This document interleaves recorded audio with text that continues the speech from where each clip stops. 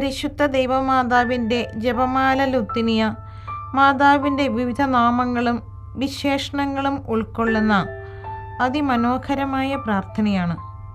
ഇത് ദൈവമാതാവിനോടുള്ള വണക്കവും അപേക്ഷയുമാണ്. ഇതിൻ്റെ അർത്ഥതലങ്ങൾ ഇനി നമുക്ക് മനസ്സിലാക്കാം. 1. അടിസ്ഥാനപരമായ അർത്ഥം.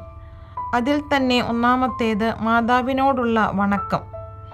മാതാവിൻ്റെ വിശുദ്ധിയെയും ദൈവത്തോടുള്ള അവളുടെ പങ്കിനെയും സ്തുതിക്കുന്നു. 2.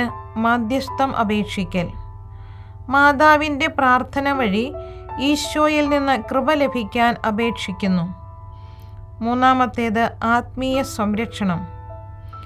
തിന്മയിൽ നിന്നും അപകടങ്ങളിൽ നിന്നും സംരക്ഷണം ലഭിക്കാൻ മാതാവിൻ്റെ തണൽ തേടുന്നു.